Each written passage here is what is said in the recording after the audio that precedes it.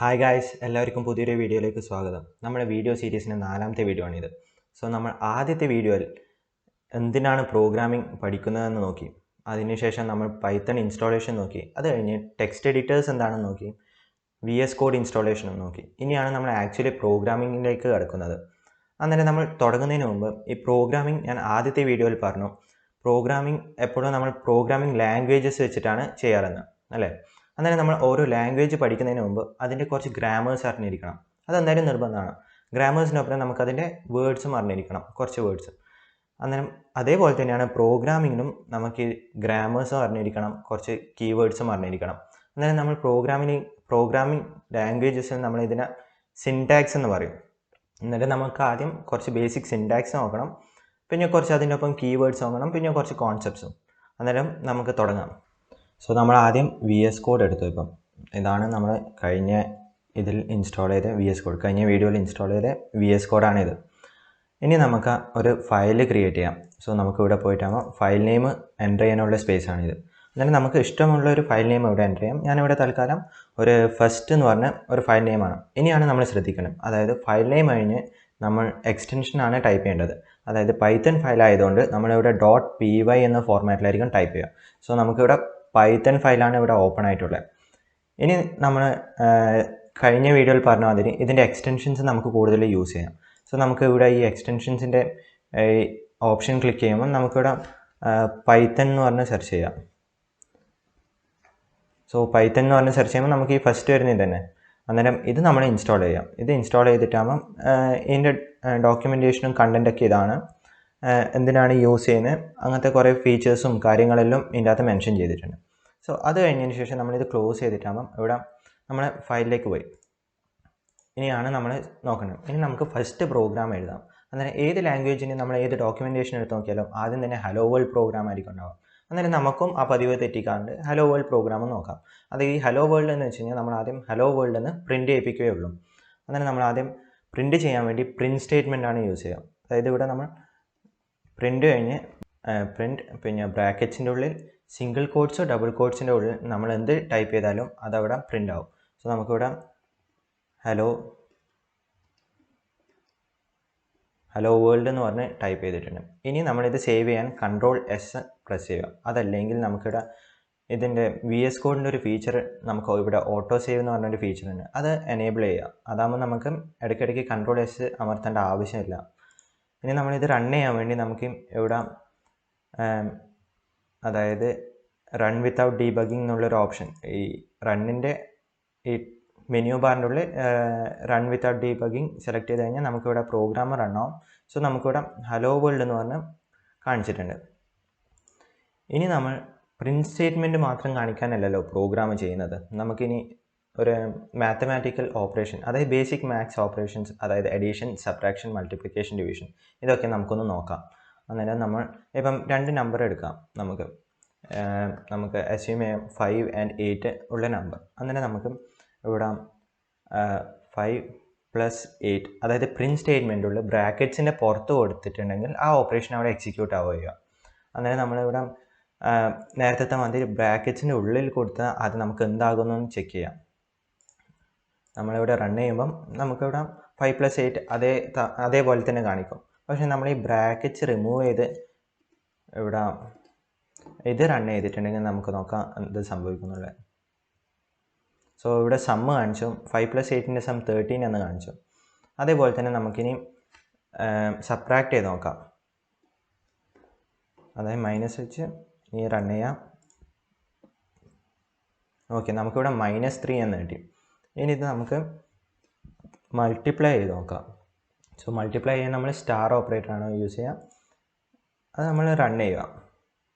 നമുക്കിവിടെ 40 എന്ന് കിട്ടി. ഇനി ഇത് ഡിവൈഡ് ചെയ്യാനാണെങ്കിൽ നമുക്കിത് ഡിവിഷൻ, അതായത് സ്ലാഷ് യൂസ് ചെയ്യാം. നമുക്കിവിടെ അതിൻ്റെ റിസൾട്ടും കിട്ടി.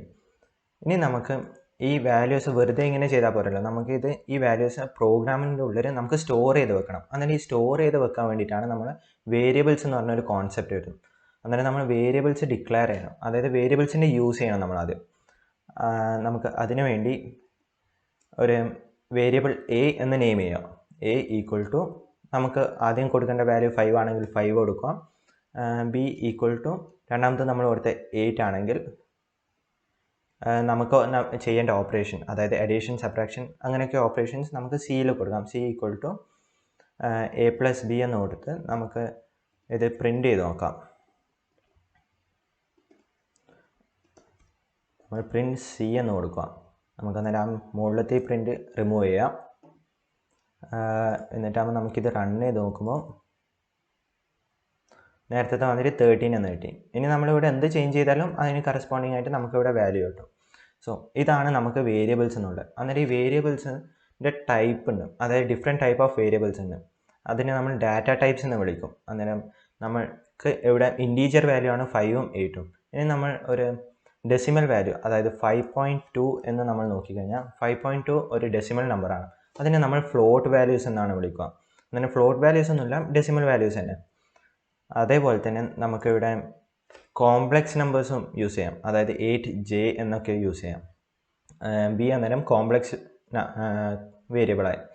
ഇനി സ്ട്രിങ്ങും ഫ്ലോട്ടും കോംപ്ലക്സും അല്ലാതെ നമുക്കിവിടെ ക്യാരക്ടേഴ്സിൻ്റെ ഒരിതും യൂസ് ചെയ്യാം. അതായത് നമ്മളതിനെ സ്ട്രിങ് എന്ന് പറയും. അതായത് നമ്മളിവിടെ ABC എന്ന് ടൈപ്പ് ചെയ്തിട്ടുണ്ടെങ്കിൽ നമുക്കിവിടെ ബി പ്രിൻ്റ് ചെയ്യുമ്പോൾ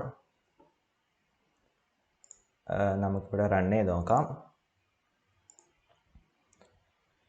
ഓക്കെ, ഈ സി ഇവിടെ റൺ ആവില്ല. സോ അത് നമ്മൾ ആദ്യം റിമൂവ് ചെയ്യണം. റൺ. ഓക്കെ, നമുക്കിവിടെ ABC എന്ന് പ്രിൻ്റ് ചെയ്ത് വന്നല്ലേ.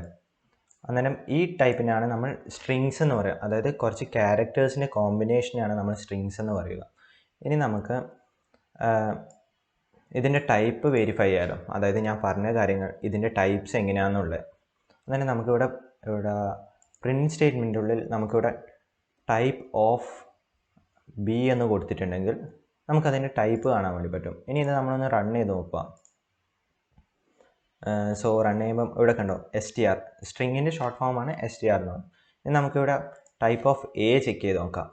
സോ അത് റൺ ചെയ്ത് നോക്കുമ്പോഴത്തേക്കാണെങ്കിൽ നമുക്ക് ഫ്ലോട്ട് എന്ന് കിട്ടി. അതായത് ഡെസിമൽ വാല്യൂ ആയതുകൊണ്ട് ഫ്ലോട്ട്. ഇനി നമ്മൾ ഒരു ഇൻറ്റീജർ വാല്യൂ ആണെങ്കിൽ ഇൻ്റ് എന്ന് കിട്ടും, കോംപ്ലക്സ് വാല്യൂ ആണെങ്കിൽ കോംപ്ലക്സ് എന്ന് പറഞ്ഞിട്ടായിരിക്കും കിട്ടുക.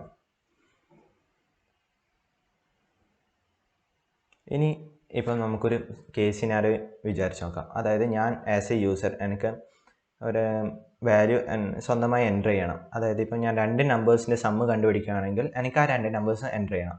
സോ അങ്ങനത്തെ കേസിൽ എന്ത് ചെയ്യാം നമുക്ക് നോക്കാം. സോ അങ്ങനത്തെ കേസിൽ നമുക്ക് യൂസ് ചെയ്യേണ്ടതാണ് ഇൻപുട്ട് എന്ന് പറഞ്ഞൊരു കീവേഡ്.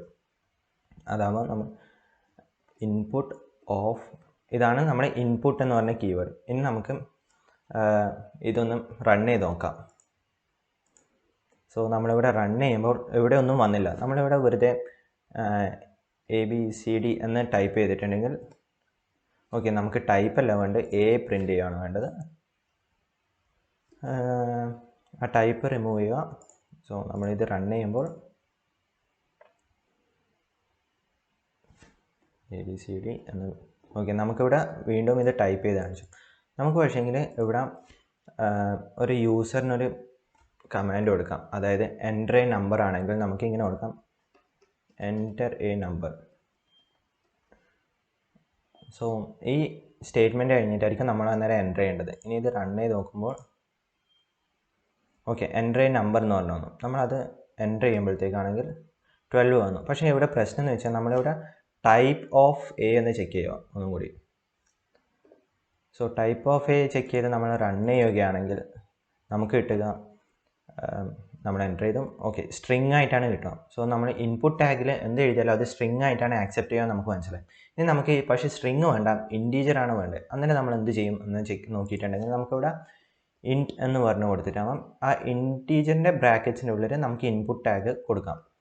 സോ ഇൻറ്റീജറിൻ്റെ ബ്രാക്കറ്റ്സിൻ്റെ ഉള്ളിൽ ഇൻപുട്ട് എന്ന കീവേഡ് നമ്മൾ കൊടുത്തിട്ടുണ്ട്. ഇനി അത് റൺ ചെയ്യാം. നമ്മളിത് റൺ ചെയ്യുന്നു.